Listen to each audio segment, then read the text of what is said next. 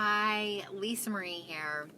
And I have something that has actually happened and thought, what the heck?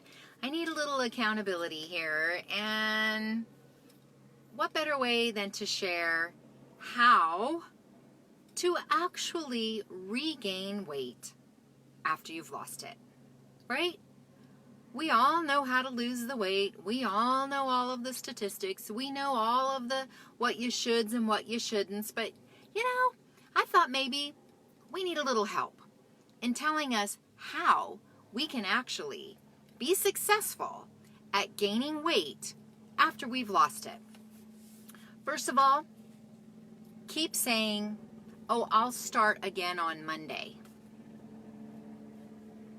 Isn't that like the perfect excuse to just spontaneously eat over and over again and to have food funerals? Just one more food funeral, just one more of this portion, just one more of this cake, just one more. I mean, really, that is the top way to say how to keep gaining weight after you've lost it. And that's to say, I'm going to start tomorrow. I'm going to start on Monday. The second way to do it is to stop tracking. Stop tracking, stop logging. We say to ourselves, we've got this. And you just listen to it and believe it. And listen to that bully that's hollering at you here in the back of your head. That is a surefire way to do it. The third way is to go back to using full-size plates, full-size forks and spoons. That whole bite the size of your thumbnail or bite the size of your pinky nail. Who needs it? And chewing? Hello. I say, in order to help you gain weight, you stop counting your chews. And you do like that owl did on the Tootsie Pop. How many licks does it take? 1, 2, 3, crunch, swallow. That is definitely a very successful, helpful tip. The fourth thing, obviously, is to eat faster. Eat on the go. Don't pay attention to your surroundings. Don't pay attention to what's in front of you. None of that. You just eat really super fast and keep up with everybody else that you're with. Don't try to have a conversation. Don't try to be mindful. None of that. You just eat fast and inhale it as much as you can. The other thing is, really the fifth thing, is to just drink less water. Who needs to be hydrated, right? I mean, you sweat a little, you sleep a little, maybe you work it off, maybe you don't, but who needs it? Who needs that extra water? I know. Start drinking carbonated beverages. Start drinking alcohol. Start having sugary beverages. That is the type of hydration you need in order to keep gaining weight after you've lost it. I'm telling you. 6, this is like a no-brainer. Hello, listen to the bully and listen to your fat brain, and anything and everything that's around no longer has a limit. That's right. You start following different diet plans and giving yourself permission to have all these delectable and delicious foods that you thought maybe you were doing without, or all those things that you were denying yourself because you couldn't have it over here following the doctor's plan. Throw that out. Start obeying the FOMO, the fear of missing out, and have everything that's in front of you. That, I'm telling you, that's probably a big one. And it goes right along with number 7, which is the stinking thinking. That's when you start calling yourself names and you start listening to the bully and you start being ashamed of your actions and your choices. I mean, who needs that guilt? Who needs all that? But really, once you start listening to all that guilt and all that shame and you start secluding yourself and you start hiding out and you start sneak eating, you're just listening to Fat Bully. That's like totally the way to do it, right? It's totally the way to do it. Okay, number 8. This is like a really good thing too. If you want to regain weight after you've lost it, you need to stop turning to people. That's right. You need to stop looking towards your support system. You need to not call anybody. You need to not message anybody. You know what? You need to stay away from people who are doing it right. You need to stay away from people who you might be able to relate to, like in a support group. What? Unthinkable. You want to be comfortable and you want to get your padding back on around you, then you must avoid going to any kind of support. I'm telling you. But you just gotta avoid it. Number 9, really, this might seem kind of hard after we've been in the habit for 6 months, a year, whatever. Anything after the 30 days where a new habit is formed. You need to stop planning, stop counting, and stop having portion control. Yeah, stop using little containers, stop measuring and weighing things.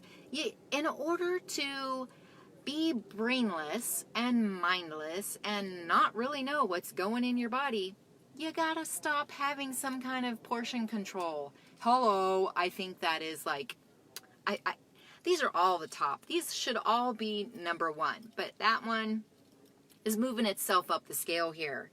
And number 10, oh my gosh, do not, whatever you do not have a berry bag or an emergency bag. Don't be stashing stuff in your purse or your backpack or your car or your desk or wherever you spend your time, your coat pocket. Don't be planning ahead. In fact, when you do pack your lunch and you do plan and you do have your portions, you know what will really help you gain the weight? Caving in to all of the crap that everybody else brings in around you. That is it. All those gifts and all those snacks and all that immediate shopping. When you shop hungry, hello, you just got to cave in. You got to cave in and not listen to what you originally wanted in the first place. That is number 10. That is a really good one. And 11, I think this is, it's 11, but it's working its way up the scale too. Scale. That's it. You need to avoid it. What? Do not weigh yourself or your food, but stay away from that little box on the floor that gives you little digital numbers because isn't ignorance bliss? Ignorance is bliss. When you don't know what you don't know, then you can claim you don't know. And what better way to start increasing the inches than to ignore that little box on the floor? That's right, the scale. And while we're at it, the scale isn't the only thing. I think it's our clothes. I think we need to ignore our pant, whatever you call it, around the waist. It's not a hem, whatever that is. You need to ignore the button and the zipper. You need to ignore wearing a belt. I really think that's a key. Stop wearing clothes that actually fit and give some type of a restriction. I say go for the elastic. What? Sweatpants, stretchy pants, leggings. Back to moo-moo dresses and moo-moo tops. I mean, the baggier, the better.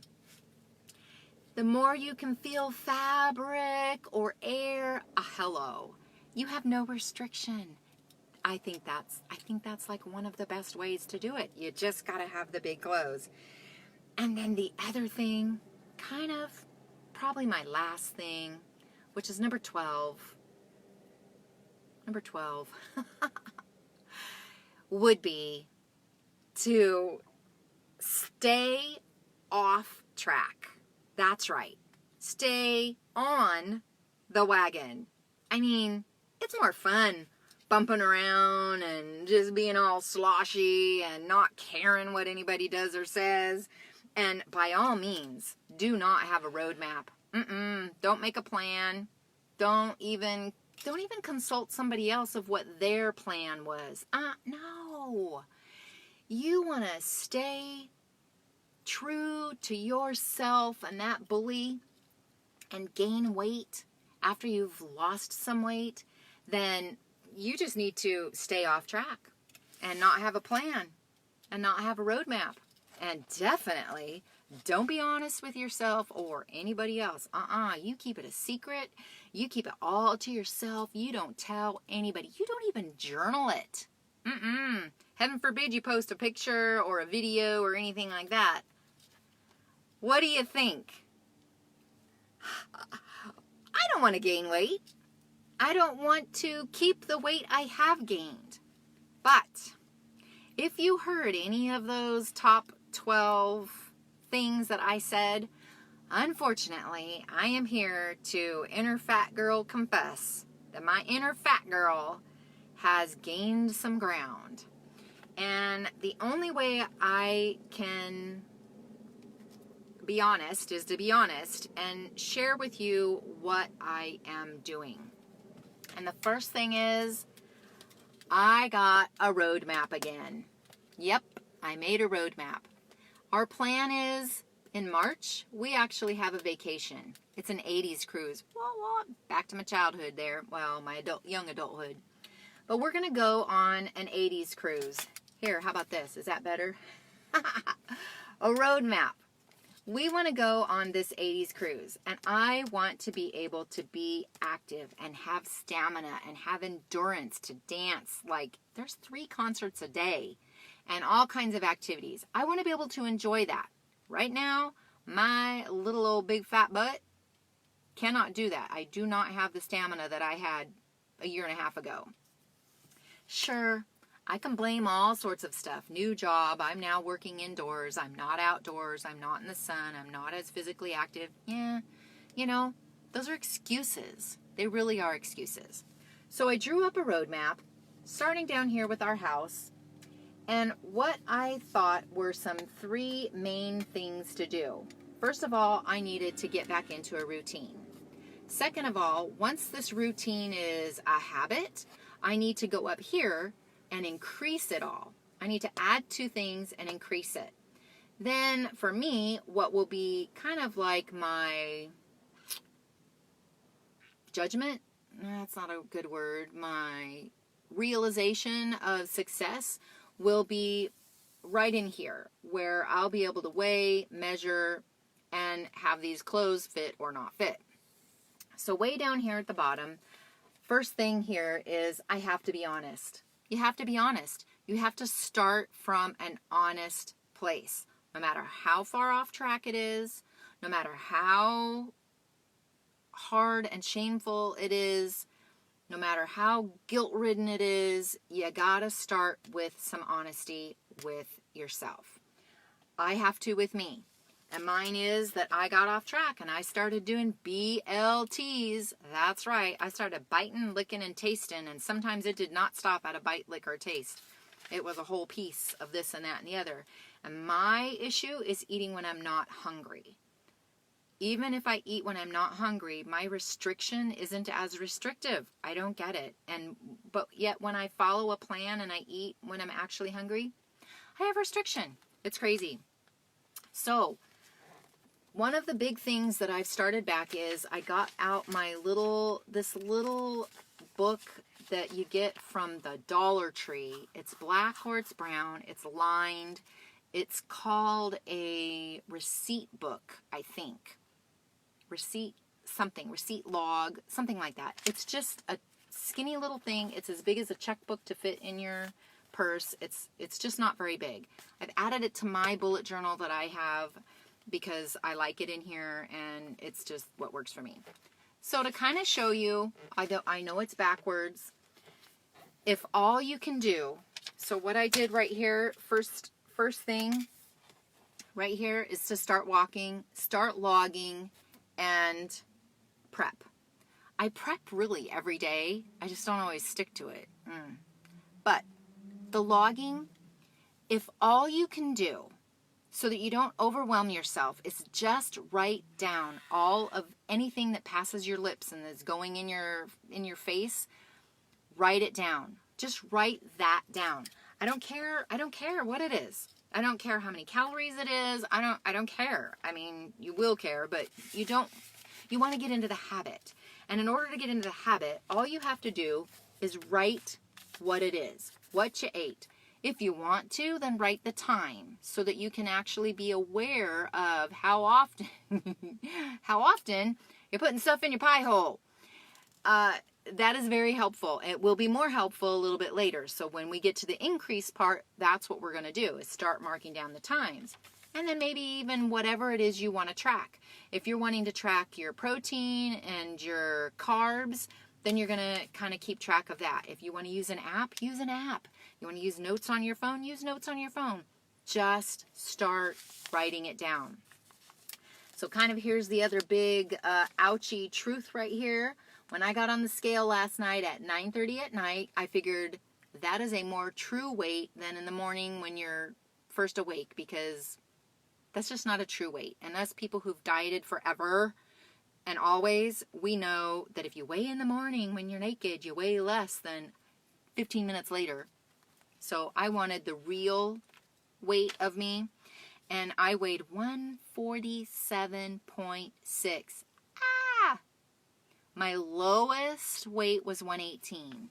My most comfortable weight is about 123, 125, maybe even 127. So 27, 37, 47. That's over 20 pounds that I have gained. I know, you can't see it all up here, but if you saw my hips and booty, you'd see where all my fat cells swelled back up again. But what I wanted to encourage you is just log it. Just write it down. Just log it. So that is our first thing right here. Just log it. And then walk 5 minutes, 10 minutes, 3 times a day. I can do that. I can do it before work. I can do it at work on one of my breaks. And I can do it either at work on one of my second breaks or even after I get home. 10 minutes. I'm not asking for an hour. I'm not asking for 30 minutes. 10 minutes. That's it. Start with something that you can actually succeed in and be successful in. And then when you get up here to doing the increasing, it won't be so hard because you've had success and you'll be wanting to do it, right? That's what I'll be wanting to do. So then the other thing here is what might get in the way. What's going to get in your way? You got to be honest. Got to be honest with yourself. What's going to be in the way? Mine, I guess I got to close that. It's too bright. Mine is time. If I don't make the time for myself, time will get away and it will fly. And then I don't have any way to make it up. I don't. The second thing is myself. Myself gets in the way. I'm lazy. Get off work after a long, hard mental day at work. I don't want to be physical. I just want to sit on the sofa and zone out and be like my husband and get in the empty box and just do nothing. The other thing that can get in my way is my choices. Making unwise choices instead of healthy choices that I know are good and nourishment and right for this temple that God says that we need to take care of now.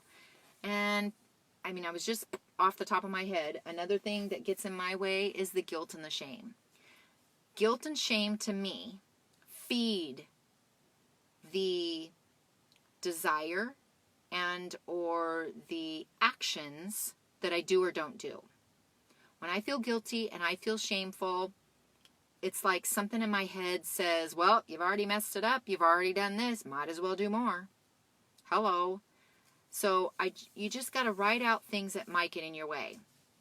So moving on up the road, getting up here, and I'm thinking this is by weeks because this is now the end of January. We have all of February and half of March.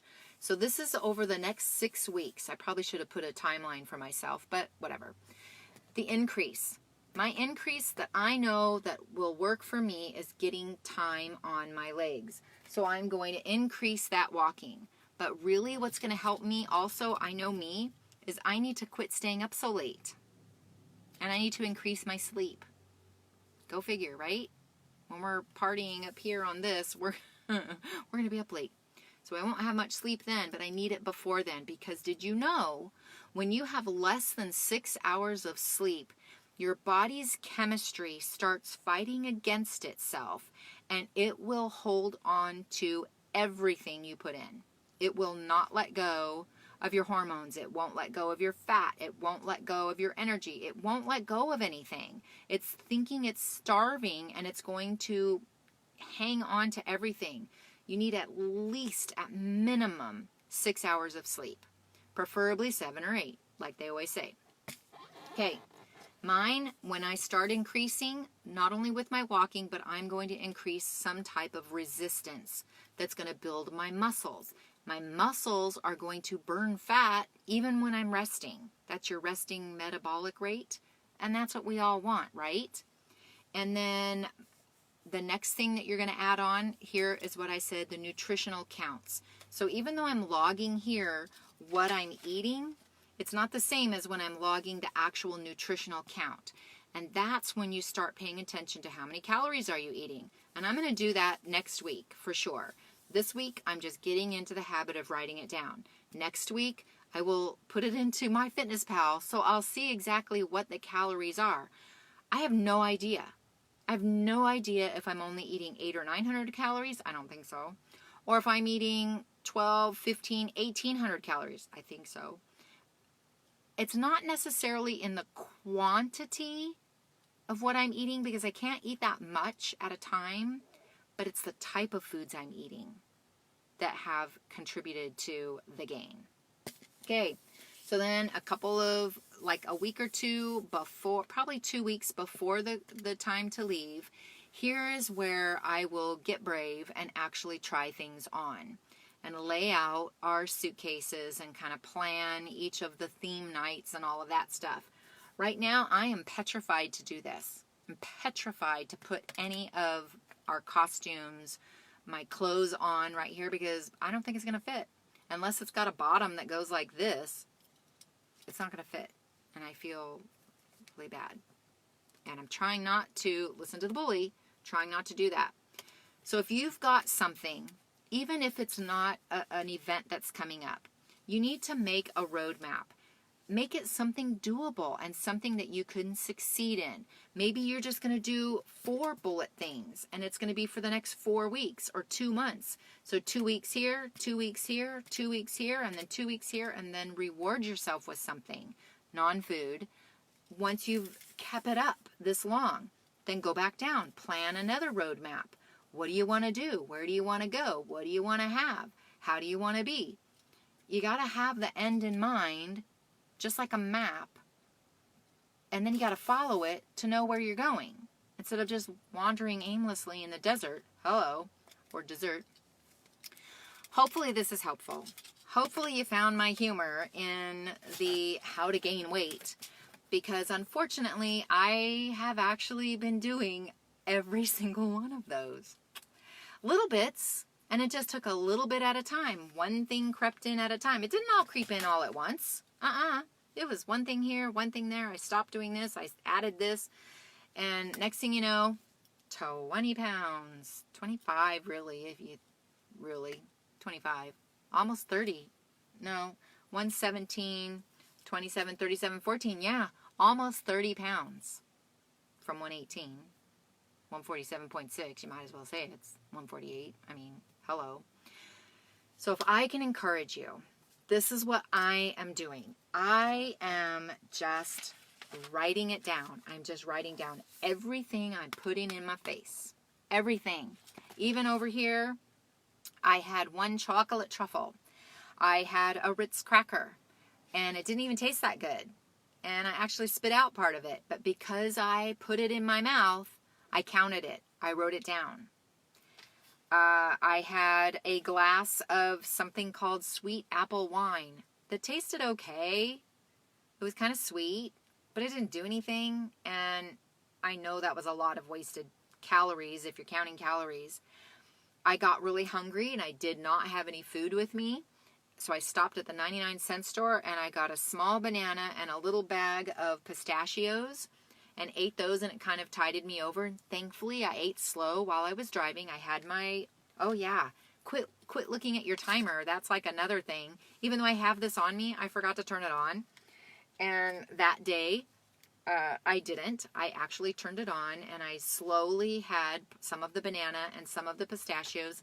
I ate maybe half the banana, and I ate half the bag of the pistachios, and I was perfectly fine. I was fully filled up and content for another 2 hours, 2.5 hours actually. So, hello, it's back to basics. And I did sort of kind of start writing the times of when I did that, but then it didn't happen. So if I can encourage you, just start writing it down. I don't care what app you use. I don't care that it hollers at you that you're not getting enough calories. If you have to put in some type of caloric goal, put 1,000. Put 1,000. If you go under 1,000, you're not going to die. When we first had surgery, we were eating 600, 700, maybe 800 max for several months. And then we get up to about 900 and stay there for several months. And then somehow life gets in and we start caving into stuff and having things, and our caloric intake value started increasing. That's for me anyway. So if I can encourage you, this is what I'm doing. And I'm going to be accountable to you. I personally just started to spit out. I personally only feel comfortable weighing once a week. Maybe I need to weigh more often, because once a week all kinds of stuff can happen. Okay, I weigh on Sunday, and then I'll weigh on Wednesday, and then I'll weigh on Sunday again. I think that'll let me know where I am in the realm of staying on track or not. If I can do it, you can do it. If I've been a big old ignorer of the truth, hopefully I'm not alone.